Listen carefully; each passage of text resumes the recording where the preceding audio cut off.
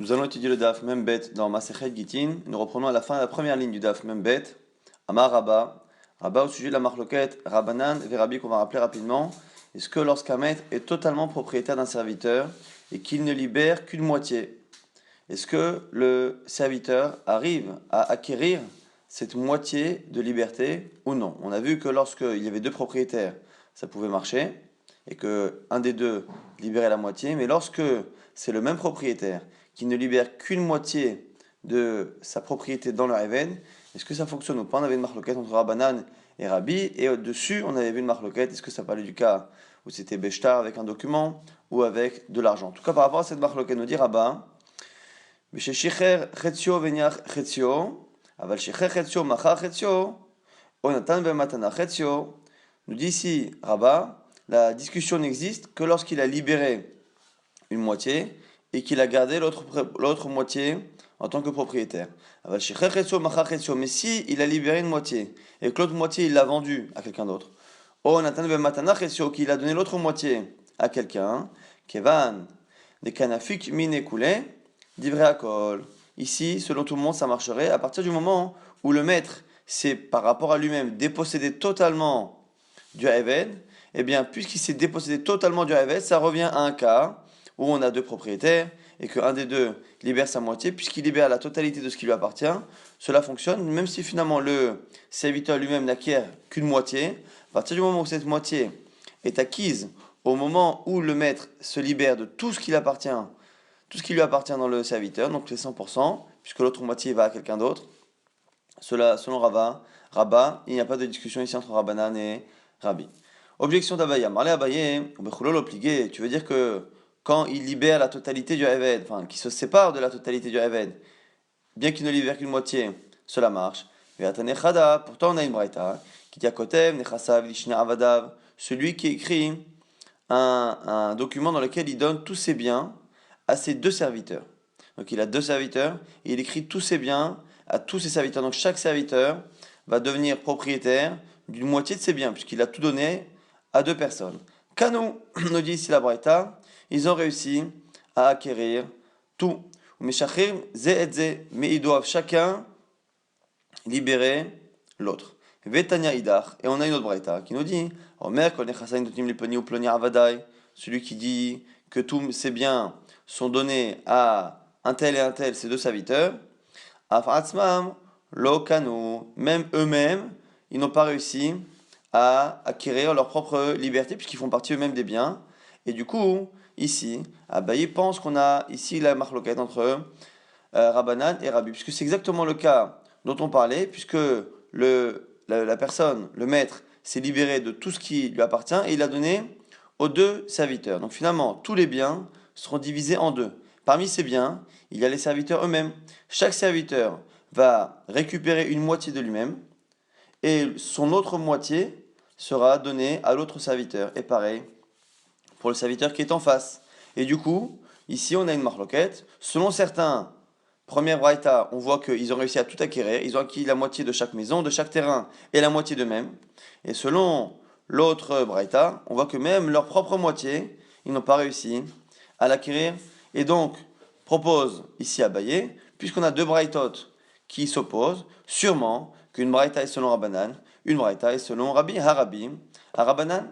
Donc la première qui dit que ça marche, c'est selon Rabbi, celle qui ne marche pas, c'est selon Rabbanan. Or, on est dans un cas où il a finalement, lui-même le maître, s'est libéré de tout, puisque ce qu'il a fait acquérir au serviteur, l'autre moitié il a fait acquérir à un autre serviteur, donc lui-même s'est dépossédé de tout, et on voit qu'on a l'air d'avoir encore la marloquette Rabbi vers Rabbanan, puisqu'on a deux braïtotes qui s'opposent. Donc ici, ça va être le sujet du premier Hamoud, c'est comprendre ces contradictions. Selon Rabba, encore une fois, la discussion Rabbanan vers Rabbi n'existe que si le maître continue d'être propriétaire de l'autre moitié, il libère une moitié, il continue, et il est propriétaire de l'autre. Là-dessus, on a une discussion Rabbi vers Rabbanan. Est-ce que ça marche? Est-ce que ça ne marche pas? Selon Rabbanan, la moitié qu'il libère n'est pas libérée. Le serviteur ne peut pas acquérir sa moitié tant que le même maître reste propriétaire de l'autre moitié. Et Rabban nous dit que par contre, si il libère une moitié mais que l'autre moitié est donnée ou vendue à un tiers, il n'y a pas de discussion, même Rabbanan serait d'accord que ça marche. Or, on voit ici qu'on a deux braïtot dans un cas similaire qui ont l'air de dire qu'il y a deux avis différents. Et justement, la Gemara a proposé de dire qu'une fois c'est Rabbanan, une fois c'est Rabbi. Et donc c'est une objection. La Gemara dit non, première réponse. Il dit Veidi Rabbanan. Tu as qu'à dire que les deux Braithot c'est Rabbanan. Donc les deux Braithot, c'est un cas où normalement les Chachamim diraient que ça ne marche pas. Ha de Amar Kulo, Ha de Amar Chetzio. Dans Khatsi, la première fois, il a dit Kulo, c'est-à-dire qu'il a écrit un document, il a dit je veux que tous mes biens soient donnés à mes deux serviteurs. Dans le deuxième cas, il a dit je veux que la moitié soit donnée à l'un et je veux que la moitié soit donnée à l'autre. Et si on fait une différence, lorsqu'il a dit je veux que tous mes biens soient donnés aux deux, à ce moment-là, ça fonctionne. Lorsqu'il a dit moitié, moitié, on retombe dans la marloquette Rabbanan et Rabbi, et selon Rabbanan, ça ne marche pas. Donc la Gemara continue de dire que finalement, on peut très bien imaginer que c'est selon Rabbanan et que c'est pas une marloquette Rabbi et Rabbanan. La Gemara dit Ami de Katane Seifa, Vimama Chatzi Chatzi Lokanu, Miklal Derecha de Amarkulo. Le problème, c'est que cette braïta qu'on a étudiée, c'est le début de la braïta. C'est un enseignement qui est en deux parties. Et on a voulu expliquer que le début, c'était donc un cas où c'était Chatzi Chatzi, la deuxième braïta, qui dit que Kol Nechassan Tonim les Ploni ou Ploni Arvada et tous les biens sont donnés à un tel, mes serviteurs. Eh bien, on avait dit que c'était finalement un cas où il avait dit moitié à l'un, moitié à l'autre. Le problème, c'est que cette explication est difficile à partir du moment où, dans la suite de la braïta, on a l'air d'enseigner un autre cas. Et cet autre cas, on le décrit comme étant Chatzi Chatzi. Donc, puisqu'à la fin de cet même enseignement, on a dit s'il a dit moitié-moitié, ça ne marche pas. Ça a l'air d'être que finalement, au début, c'est un cas justement où c'était pas Khatsi Khatsi. Puisqu'en général, lorsqu'on a un second cas, ça veut dire que le premier était différent. La Gemara dit non, Perouché comme Mefaresh. Tu as cru que la suite de la Braïta était un autre cas, et donc par déduction, tu as appris que le premier était différent. Mais en fait, la suite n'était pas un autre cas, mais l'explication du même cas du premier. Af Atzma Lokano, lorsqu'on a dit justement qu'ils ne se sont pas acquis, justement, Ketzad, dans quel cas Keganda Machatsi Chatsi. Donc la suite de la Braïta ne serait pas un autre cas, mais l'explication du début. La Gemara prouve cela en disant Achinami Mistabra. En plus, ça a l'air logique de dire cela. Pourquoi Isal Kadatar, Reishad Amarkulo, Ashta Amarkulo Lokano, Amachatsi Chatsi Mibaria. Car si tu voulais dire que c'était deux cas, le premier cas où il a dit à ses serviteurs je vous donne tous mes biens. Et on aurait dit que là-dessus, Asmam Lokano, eux-mêmes n'ont pas réussi à acquérir leur propre moitié. Est-ce qu'on aurait besoin d'enseigner un second cas qui dit que lorsqu'il a séparé en deux, toi la moitié, ça ne marche pas, alors qu'on a vu que c'était un cas qui marchait encore moins. Alors du coup, on n'aurait pas besoin de l'enseigner. Mais Kalvachomer. Là, on m'a dit non, ça c'est pas une preuve. Pourquoi Imishumha, si ce n'était ça, Loiria, c'est pas forcément une preuve. Pourquoi Tane Sefa, les Galoirecha. Car tu as besoin du deuxième cas pour t'apprendre le premier. Chez l'autre, justement, pour te dire l'inverse de ce qu'on a proposé il y a 5 minutes. C'est-à-dire que si je te dis simplement le premier cas, où je te dis qu'il a dit à ses serviteurs qu'il leur donne leur bien, on aurait pu imaginer que ce n'est que lorsqu'il a séparé en deux, que ça ne marche pas. Mais que s'il a mis tout d'un coup, ça marche. Avalamarkulo, Kanu, Tane Sefadam Miklal Dereshadamarkulo, va filo achilo Kanu, pour t'apprendre du coup en te disant à la fin que c'est moitié-moitié, que le début c'est un autre cas. Donc la Gemara finalement ici reste ouverte. Il y a les deux possibilités. Mais il n'y a pas de preuve, plus comme l'un que comme l'autre. C'est-à-dire qu'on a deux lectures. Soit le premier cas, qui est neutre, est expliqué par la suite. Lorsque il a dit qu'il donnait tout à ses serviteurs, c'est la suite de la Braïta qui nous explique ce que c'était. C'est-à-dire que c'est dans un cas où il a dit moitié. Mais par contre, s'il a dit tous mes biens à mes serviteurs, c'est comme l'autre Braïta qui dit que ça fonctionne. Et on est selon Rabbanan. Soit on peut imaginer que non. En fait, le cas le plus intéressant, c'est le premier cas. Mais comme le premier cas, lorsqu'il a dit que je donne tout à mes serviteurs, on n'est pas certain, on aurait pu l'expliquer d'une manière ou d'une autre. On a eu besoin d'enseigner le cas d'après, qui finalement a un moins grand ridouche. Une fois qu'on a compris le premier, c'est plus intéressant d'enseigner le deuxième. Mais le deuxième vient m'apprendre la nature du premier. En me disant en deuxième, si on imagine que c'est un deuxième cas, que même lorsqu'il a dit khatsi khatsi, eh bien, ça ne marche pas. C'est-à-dire que le premier cas, c'était un autre cas. Et donc, c'était un cas où il a dit tous mes biens à mes serviteurs et que même ça ne marche pas. Et donc, effectivement, selon cette lecture-là, une fois qu'on a compris que le deuxième cas m'apprenait ce qui était le premier est le plus important et je peux déduire le deuxième. Donc, en tout cas, la Gemara ici nous dit qu'il n'y a pas de preuve claire si on parle de deux cas ou d'un cas, mais en tout cas, cela reste ouvert pour Rabat. Et on peut toujours expliquer selon Rabat que finalement la contradiction entre les deux Braithot n'est pas liée à une existence d'une marloquette Rabbi vers Rabbanan dans un cas comme ça où il a tout donné à ses deux serviteurs et donc une moitié a été libérée et l'autre moitié a donné à un autre, c'est pas qu'on est encore dans la marloquette Rabbi Verabanan, mais simplement, selon Rabba, ça reste ouvert. On peut encore imaginer que les deux cas parlent de deux cas différents, c'est-à-dire une fois où il a dit qu'il donnait tous ses biens à ses serviteurs, sans dire moitié-moitié, tous ses biens à ce moment-là, cela fonctionne. Lorsqu'il a dit la moitié à l'un, la moitié à l'autre, cela ne fonctionne pas. Et donc la marloquette Rabbi Verabanan continuerait de ne pas exister, comme l'a dit Rabba, dans un cas où la moitié est donnée au serviteur et l'autre moitié est donnée à un autre.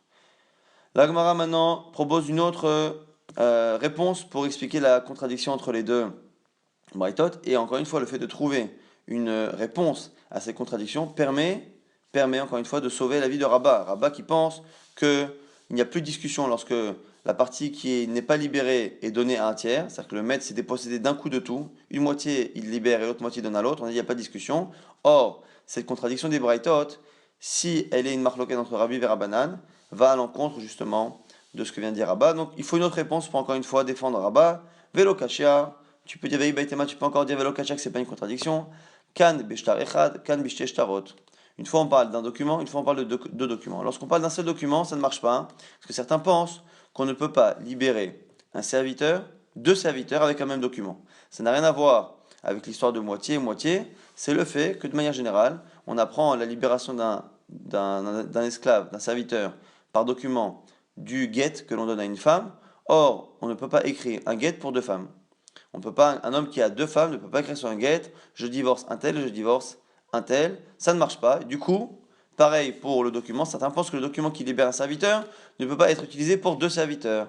Et donc du coup là, Braïta qui dit que ça ne marche pas, à ce moment-là, la deuxième, c'est parce qu'il a écrit sur un seul document. Et il a dit sur un seul document, je donne tout à mes serviteurs, ce qui veut dire que je libère mes deux serviteurs à moitié, eh bien ils ne peuvent pas écrire leur moitié puisque on utilise un seul et même document. Kan bishte et du coup, la Braïta qui dit que ça fonctionne, c'est dans un cas justement où il a utilisé deux documents. La Gemara dit si c'est ça. Beshtar echad ma'iria chatzi chatzi. Afilu amar kulonami lokanu. La Gemara dit si c'est ça. Si on parlait d'un cas où justement il y avait un seul document, c'est pour ça que ça ne marche pas. Ma'iria chatzi chatzi. Afilu amar kulonami lokanu. La Gemara dit pourquoi la Braïta a parlé d'un cas où après on a dit chatzi chatzi, il a dit moitié moitié.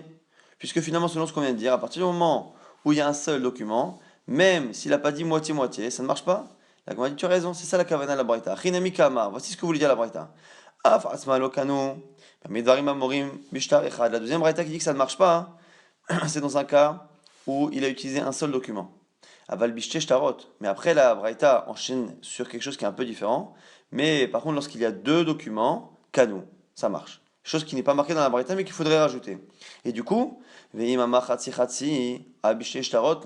fois qu'on a appris cette information intermédiaire, que lorsqu'il y a deux documents, le cas précédent fonctionne, on viendrait apprendre en plus que même lorsqu'il y a deux documents, si on a dit khatsi khatsi, ça ne marche pas. Donc la braïta, la fameuse seconde braïta qui est divisée en deux cas, selon certains encore une fois, selon d'autres on a dit que c'était l'explication de la première. Mais si on ne voulait pas accepter que c'était l'explication de la première, on dit que c'était deux cas. Si c'est deux cas, comment expliquer que puisque le premier cas est dans un cas où il n'y a pas deux documents mais un seul document, et c'est un seul document qui pose déjà problème au niveau de la libération, à quoi ça sert d'imaginer après qu'il y a moitié-moitié, parce que dans tous les cas c'est pareil.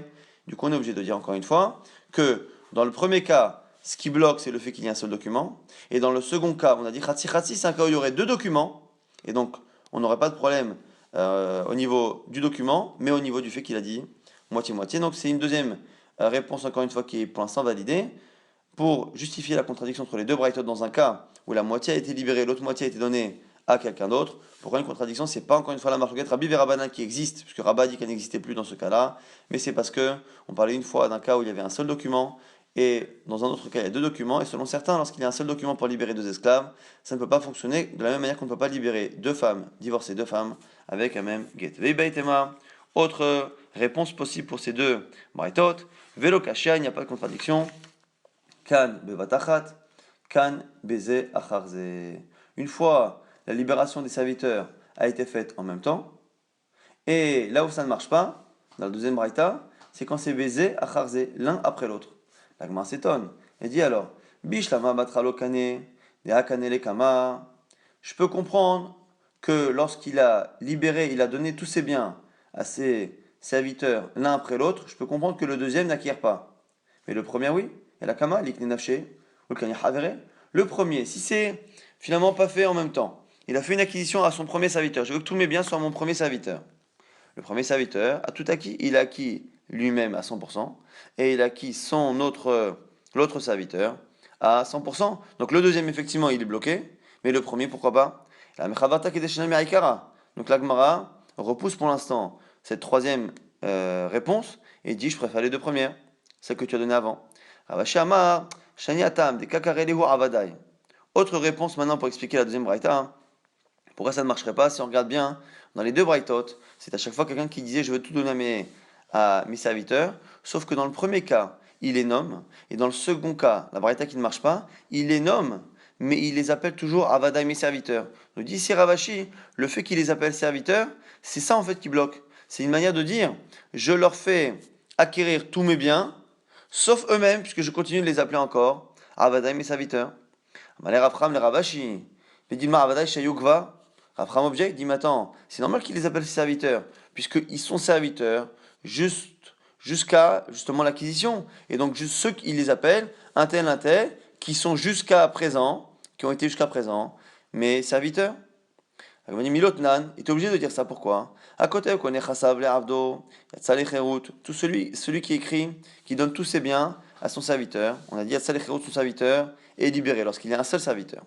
Shier Karka, Kolcheu, Lo Yatsa Lecherut. Si par contre, il a laissé une partie de ses biens qu'il n'a pas voulu lui donner, ça ne marche pas. Rabbi Shimon Omer, Rabbi Shimon nous dit, L'olam ben chorin, ad she'omar, kon echazan nitonim liploni, avdi chutz me'echad mirebo shebaen. Ici, on a une discussion qu'on a déjà vue il y a peut-être un mois ou deux, entre Tanakama et Rabbi Shimon, sur quel est le cas où, lorsque le maître donne tout à son serviteur, mais qu'il laisse une partie qu'il ne lui donne pas, quand est-ce que le serviteur n'est pas libéré? Selon un, lorsqu'il a laissé un terrain, selon l'autre, lorsqu'il a laissé une part de ses biens. C'est pas qu'il a dit un terrain, parce qu'un terrain, c'est a priori pas le serviteur, mais lorsqu'il a dit un 10 millième ou un millième ou quelque chose, lorsqu'il a laissé un pourcentage qu'il ne donne pas à son serviteur, on imagine que ce pourcentage de ses biens qu'il ne veut pas lui donner, c'est justement lui-même. Ce serviteur qui appartient à son maître, c'est lui qui ne veut pas faire acquérir à son serviteur. En tout cas, ce qu'on retrouve de cette Mishnah, c'est qu'on a une marloquette entre les deux. Qu'est-ce qui fait qu'à un moment donné, lorsque la personne donne tout à son serviteur et qu'une partie ne lui donne pas, on imagine que le serviteur n'est pas libéré. Mais ce qui est intéressant, c'est que personne, ni Tanakama, ni Rabbi Shimon, n'a l'air de dire que c'est à cause du fait qu'il est appelé Avdi mon serviteur. Lorsqu'on voit dans le texte, c'est marqué Avdi. Les ploni, Avdi mon serviteur. Et on voit que malgré le fait qu'il ait appelé mon serviteur, la seule chose qui peut annuler le fait qu'il soit libéré, c'est le fait qu'il ait laissé une partie, un 10 millième ou un terrain qui ne lui est pas donné. Mais on voit bien que ça l'aide parce qu'il lui a dit en dehors d'une partie de mon héritage, de mes biens. Alors Amarachi, ce qui sous-entend que si il n'a pas exclu une partie de ses biens pour son serviteur, Kane il acquiert. Amaï, pourquoi? Selon Ravashi, on voit qu'il l'a appelé encore mon serviteur. Et là, Avdi chez Akvar, Achanami, Avadai chez Yugvar. Donc tu vois bien que de cette Mishnah, où on voit que ne pose problème éventuellement pas le fait qu'on l'ait appelé Avdi, mais le fait qu'on ait laissé une partie des biens qu'on ne lui donne pas, on voit bien que le fait qu'il appelle mon serviteur n'est pas du tout une preuve qu'il veut le garder en tant qu'esclave, mais c'est une manière encore une fois de l'appeler en fonction de son statut antérieur. Et donc du coup, c'est comme ça que la Gemara a repoussé cette réponse de Ravashi. Et donc on reste finalement sur les deux premières réponses. Comment se fait-il qu'on ait une contradiction entre deux braïtot qui parlent d'un cas justement où on fait acquérir la moitié de l'esclave à lui-même et l'autre moitié à quelqu'un d'autre? Donc on a dit il y a deux réponses.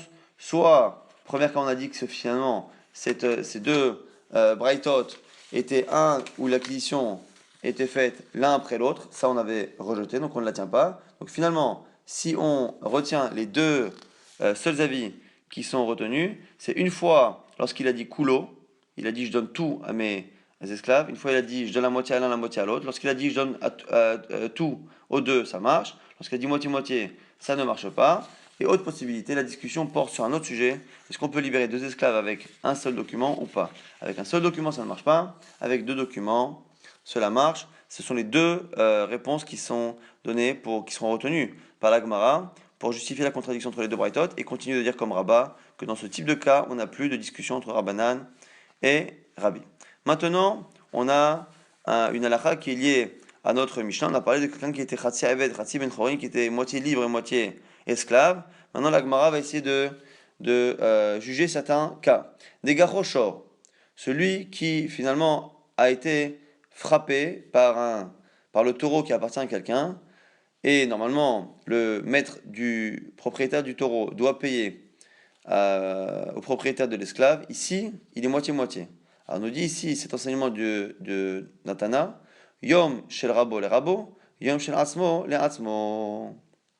Si c'est arrivé le jour où il travaille chez le maître, c'est pour le maître. Si par contre, il a été frappé le jour où il était libre, la moitié, parce qu'on a dit il servait un jour son maître et un jour il était libre, et bien en fonction de cela, le propriétaire du short devra payer. La Gemara s'étonne. Et là, Merata, si tu commences réellement à dire qu'un jour, les journées sont totalement séparées au point que s'il a été frappé par le taureau qui appartient à quelqu'un, eh bien ça va dépendre. Un jour sur deux, si c'est tombé le jour où il était à son serviteur, à son maître, il paiera à son maître, sinon il paiera au serviteur. Et la Merata, si c'est ça, Yom Shel Rabo, il s'achifra. Yom Shel Atzmo, il s'abat trop vite, tu as qu'à aller jusqu'au bout. Tu as qu'à dire qu'un jour, il est esclave, donc il ne peut pas être marié avec une juive.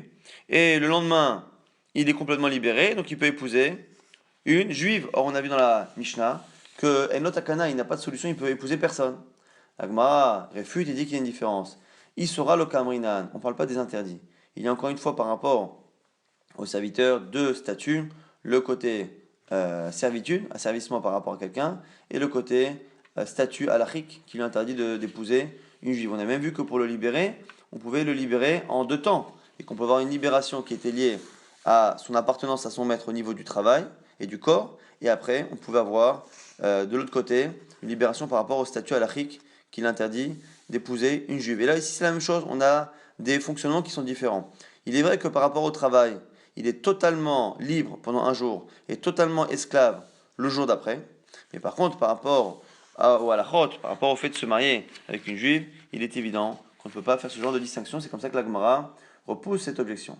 Maintenant, on essaye de comprendre, est-ce que vraiment on peut fonctionner comme ça, même au niveau du travail, c'est-à-dire faire en sorte que si lundi il appartient à son maître et mardi il est libre, en fonction du jour où le taureau l'aura encorné, tout ira à l'un ou tout ira à l'autre. La Gemara objecte, Tashma, il y a une braïta qui dit Hemit mi shechetio eved, vechetio ben chorin, celui qui a un shor, un taureau qui a frappé, qui a tué. Cette fois, il ne l'a pas frappé, mais il l'a tué complètement. Il a tué quelqu'un qui est moitié esclave et moitié libre. Noten chatziknas les rabots, il donne la moitié de la somme au maître.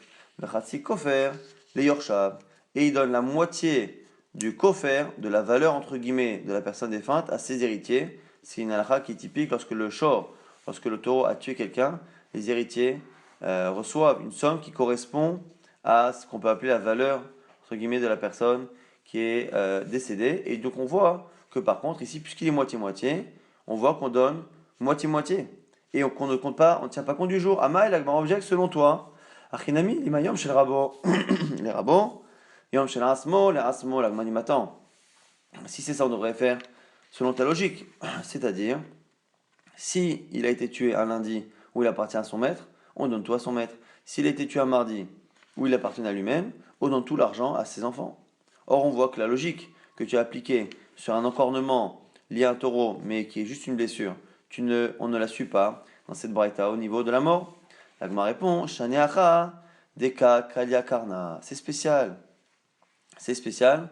Il y a un principe de Kalia Karna. Kalia Karna, c'est spécial, c'est parce que ici, dans le cas où on l'a fait payer à moitié-moitié au maître et moitié aux descendants, c'est parce que ici, c'est un cas où le coup a une conséquence qui est définitive, puisqu'effectivement la personne est morte, donc il est évident que le mal, le nézek, est définitif. Et du coup, chez nous, dans le cas où on a dit qu'en fonction du jour, il donnera tout au maître ou tout au serviteur lui-même, c'est un cas où c'est pas Kalia Karna. Donc la Gemara essaie de comprendre. C'est quoi chez nous un cas où le mal n'est pas définitif? Donc c'est un cas où il a reçu un coup sur la main et tout de suite la main a commencé à cicatriser, et on sait que c'est une cicatrice qui fera en sorte que finalement, à terme, le serviteur travaillera de la même manière et n'aura pas perdu de sa valeur. La Gemara dit, ah, nichale abaye dama noten lo shevet gedola ve shevet ketana shapir. Ça va à la limite selon Abaye. Abaye pense que lorsqu'on est dans un cas comme ça, où il y a eu une blessure, mais qu'on sait que la personne va être guérie, il donne tout de même deux knas, c'est lesquels Shevet Kedola, ce qu'on appelle, et Shevet Ketana. Donc Shevet Gedola, c'est pas réellement Shevet. Shevet, normalement, c'est le fait d'indemniser la perte de travail. Ici, c'est pas réellement la perte de travail, mais c'est le fait qu'il ne puisse pas le vendre tout de suite, le serviteur, puisque le serviteur actuellement est blessé. Et il y a une perte du fait qu'il ne puisse pas le vendre tout de suite et qu'éventuellement, du coup, il y a une perte par rapport au fait qu'il soit obligé de l'attendre pour le vendre. Et Shevet Ketana, c'est la perte effective, c'est le vrai Shevet, c'est la perte effective de travail pendant les jours où il est blessé. Donc selon Abaye, je peux comprendre, on a Shevet Ketana et Shevet Gedola. Mais selon Rava, et là les Rava, des Amar, et Nonotenlo, et là, Shifto, Shebechol Yom Vayom. Selon Rava, on ne paye que le Shevet, Shebechol Yom Vayom. Dans ce cas-là, on ne paye que la perte de travail.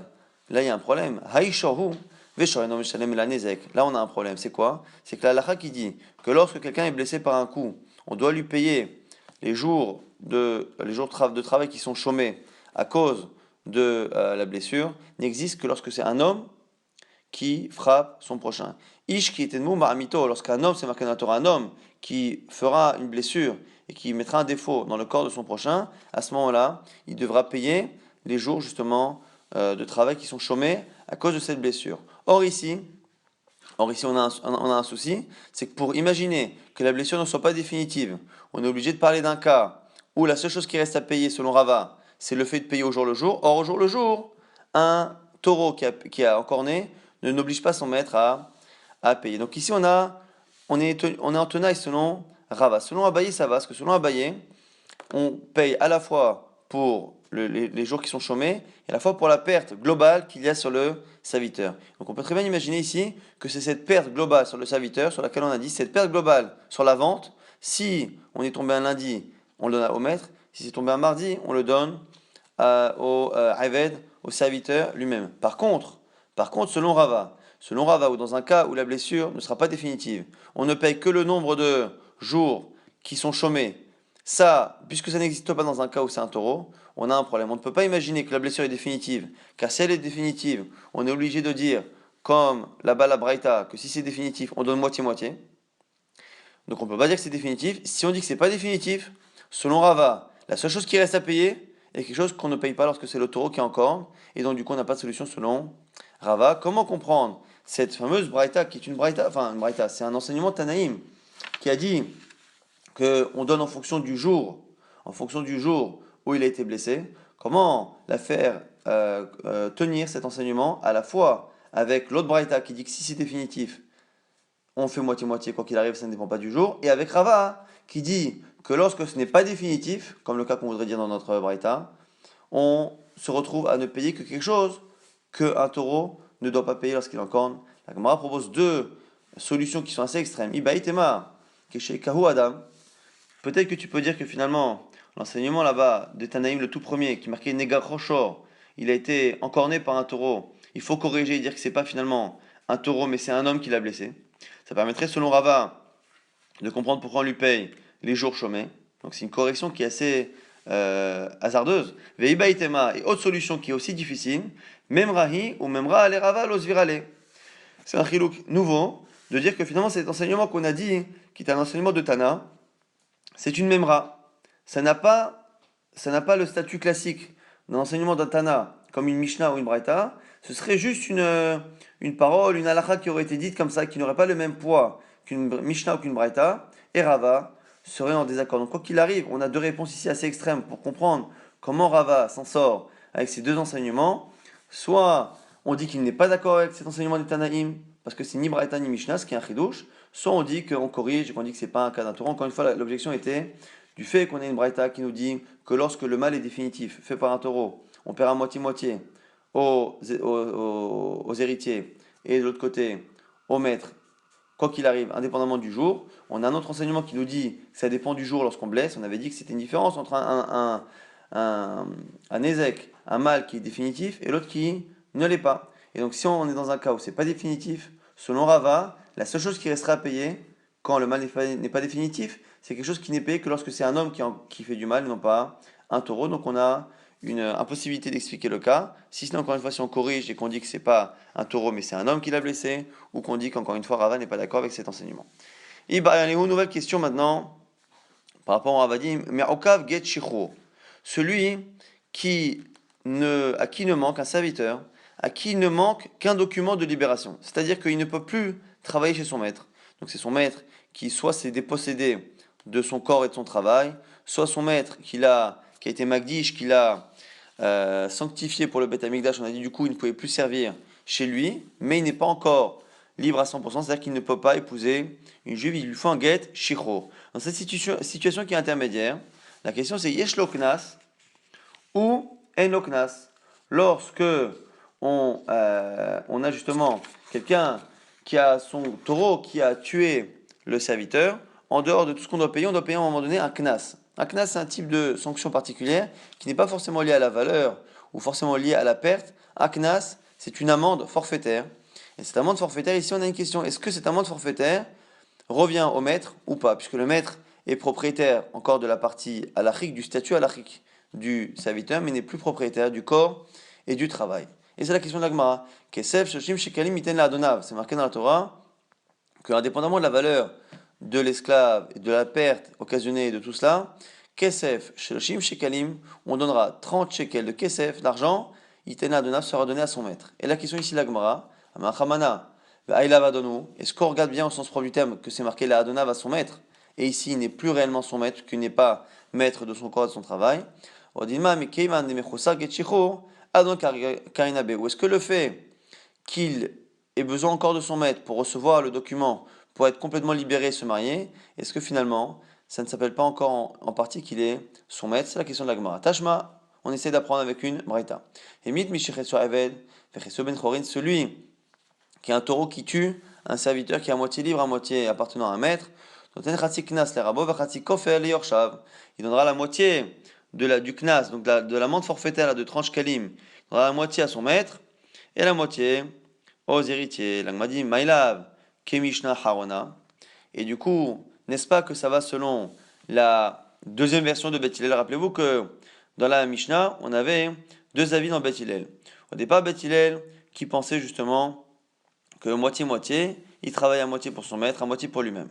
Après, on avait dit, mais si c'est cela, il est bloqué et on ne peut pas épouser quelqu'un. On avait dit non, finalement, lorsqu'il est moitié-moitié, on force le propriétaire de la moitié restante à libérer l'autre. Ce qui veut dire que réellement, celui qui est propriétaire d'une moitié d'un Eved ne peut plus la servir. Donc s'il ne peut plus la servir, et à la fin on avait dit que Beth Hillel avait été d'accord avec Beth Shammai. Donc si on imagine que cette fameuse braïta va comme Beth Hillel, une fois que Beth Hillel a été d'accord avec Beth Shammai, on se retrouve à avoir un cas qui ressemble au nôtre, puisque la personne ici a une moitié de propriété dans un esclave, il ne peut plus la servir. Donc ça revient à notre cas, comme quelqu'un qui se serait dépossédé à 100% de son esclave, mais à qui il faudra encore écrire un document. Ici, lorsqu'il n'est propriétaire que d'une moitié, là aussi même cette moitié ne peut plus s'en servir selon encore une fois la conclusion de Beth Hillel. Comme il ne peut plus s'en servir, ça revient à notre cas. Or on voit que s'il a été tué par un taureau, la personne donnera la moitié au maître et la moitié aux descendants. Donc on voit qu'il continue d'être, par rapport au knas, par rapport à l'amende forfaitaire de tranche kalim, il est encore considéré comme étant son propriétaire, même s'il ne peut plus la servir. La Gemara repousse cette preuve et dit lo, Kimishna Rishona, cette braïta, peut-être qu'elle parle de la vie de Beth Hillel avant qu'il soit d'accord avec Beth Shammai. Et avant qu'il soit d'accord avec Beth Shammai, ils estimaient que quelqu'un qui est à moitié serviteur, à moitié maître d'un serviteur, peut finalement le faire travailler à moitié. Tashma, on essaie encore une fois de répondre à ce safek. Et pile et shino, vesime et aino, yotse beshino, venoten deme aino. Celui, dans une braïta ici, et pile et shino, un maître qui a fait tomber la dent de son serviteur. Sime et aino, ou qui l'a rendu aveugle d'un œil, yotse beshino, venoten lo deme aino, il le fera libérer à cause justement de cette dent, venoten deme aino, et il lui fera payer la valeur de son œil qu'il a abîmé. Et on voit ici qu'il il le libère pour justement sa dent qu'il a cassée. La Gemara dit Vi amart yeshlo knas ou knas le rabo ashtach havlebe acharine yahavele le rabbe. Comment c'est possible? Puisqu'on a dit ici que la personne a à la fois cassé une dent et à la fois après il lui a crevé un œil ou il lui a aveuglé d'un œil.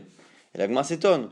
Comment imaginer que alors qu'il lui a cassé une dent et donc une fois qu'il lui a cassé la dent, la personne est libérée. Et on voit que malgré tout, quand après coup il lui a crevé un œil, il lui donnera au serviteur, il lui donnera l'argent qui est lié à la perte de cet œil. Or, si on imagine qu'il continue d'être propriétaire du CNAS, de tout ce qui est amende forfaitaire, parce que même s'il est libre, il ne lui a pas donné le document, selon ce qu'on a dit, même une fois qu'il lui a cassé une dent, et que du coup il ne peut plus la servir, puisqu'il est libéré au niveau du travail, puisqu'il ne lui a pas donné encore le document de libération, même si dans 5 minutes il lui fait une blessure à l'œil, cette blessure à l'œil est faite à un serviteur qui lui appartient encore au niveau justement du CNAS, au niveau des amendes forfaitaires, et donc cet argent qu'il paye, il devait se le payer à lui-même. La Gemara nous dit ça. Ashtar, Rablebe, Harine, il y avait les rabais, si quelqu'un d'autre lui fait du mal, c'est lui le maître qui reçoit. Chavalbe, Rabbe Gouffé. Et il l'a dit, alors quand c'est lui-même qui a fait la blessure, il devrait se payer l'argent à lui-même et donc ne pas payer cette somme. La Gemara dit, Dilma, Kema, Damar, et Sarir. La Gemara dit, non, mais attends, qui te dit que lorsque la personne a cassé une dent à son serviteur, il n'est libre qu'au niveau du travail, mais qu'il doit lui écrire un get shichur? La Gemara a pensé que lorsque la personne a cassé une dent à son serviteur et que il n'est libre que par rapport au travail, mais que réellement, il doit encore lui écrire un get shichur, il doit encore lui écrire un document pour le libérer. La Gemara dit non. On n'a qu'à dire qu'ici, on pense comme un autre avis qui pense que lorsque la Torah a dit que quelqu'un qui a crevé, qui a cassé la dent à son réveil, il est libre à 100%.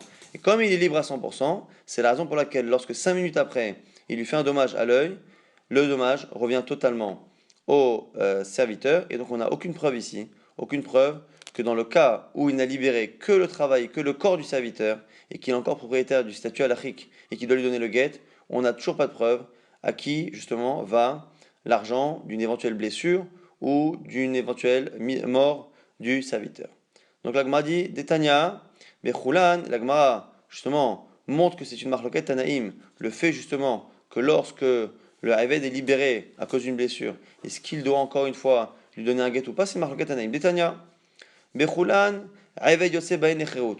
Dans tous les membres classiques qui sont blessés, le serviteur sera libéré si c'est le maître qui le blesse. Mais Tsari Get Shichur Mirabo. Et premier avis qui pense que malgré tout, malgré la libération, c'est une libération au niveau du corps et du travail, mais qu'il faut écrire un document de libération. Dit vrai Rabbi Ishmael, c'est l'avis de Rabbi Ishmael. Rabbi Meir Omer et notre Tsarir. Rabbi Meir pense qu'il n'y a pas besoin, il est libéré à 100%. Rabbi Lazar Omer, Tsarir. Rabbi Lazar revient comme Rabbi Ishmael et dit qu'il faut. Rabbi Tarfon Omer, Rabbi Tarfon pense comme Rabbi Meir que et notre Tsarir. Rabbi Akiva Omer, Tsarir. Rabbi Akiva vient et dit il faut un document. Donc on a 3 contre 2. Amachim lifnei chachamim omrim, ceux qui en général étaient là parmi les chachamim pour justement essayer de trancher parmi les avis des chachamim, omrim ni'im divrei Rabbi Tarfon. La logique semble être comme Rabbi Tarfon, et donc il ne faut pas lui créer un document de libération. Mais shen va'ain, ça a l'air d'être bien comme ce qu'il a dit Rabbi Tarfon. Il ve Torah zartalo, puisque c'est la Torah qui a dit que lorsque la dent ou l'œil a été frappé, il est libéré. Rabbi Akiva, bish'ar evarim. Mais par contre, ça a l'air d'être logique comme Rabbi Akiva qui dit qu'il faut un guet. Bish'ar evarim pour les autres membres. Qui ne sont finalement, ces autres membres, ne sont finalement que des knas chachamim, qu'une punition que chachamim ont imposé de libérer le serviteur dans les cas où ces membres-là ont été blessés par le maître. La Gemara dit s'étonne. Elle dit knas, haikrae kadarshinan.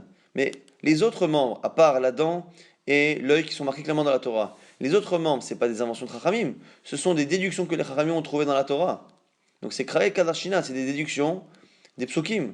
Et laïma o ilu midrash chachamim hu.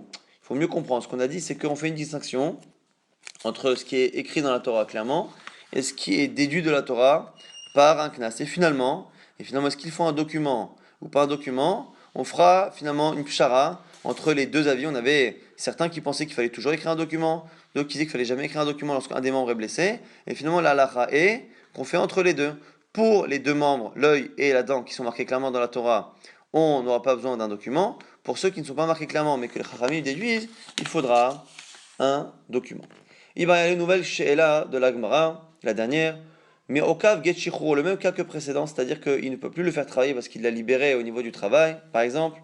Et la question c'est Ochel Bitrouma, O en Ochel Bitrouma. Si c'est un Kohen qui est le propriétaire, et en général un Eved, un serviteur, peut manger de la Trouma comme son maître, ici, lorsqu'il ne peut plus le faire travailler, est-ce qu'on considère qu'il peut encore manger de la Trouma? Est-ce qu'il est son maître ou pas?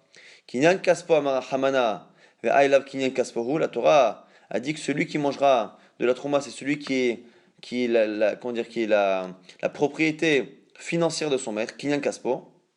Et a priori, sur un certain point, il ne l'est plus, qu'il ne peut plus le faire travailler, il ne peut plus non plus le vendre. Or, Dilma, ou est-ce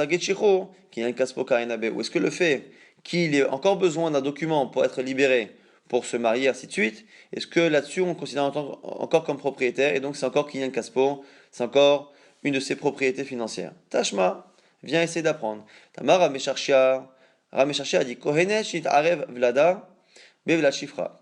Une femme qui est Kohenet. Elle est Kohenet, donc elle mange de la trouma et son enfant mange de la trouma. Elle a un enfant et elle a sa servante qui a aussi un enfant, en sachant que les deux peuvent manger dans l'absolu de la trouma, puisque les deux sont soit Kohen, soit Shifrata, soit un Eved à Kohen. Les deux peuvent manger de la trouma.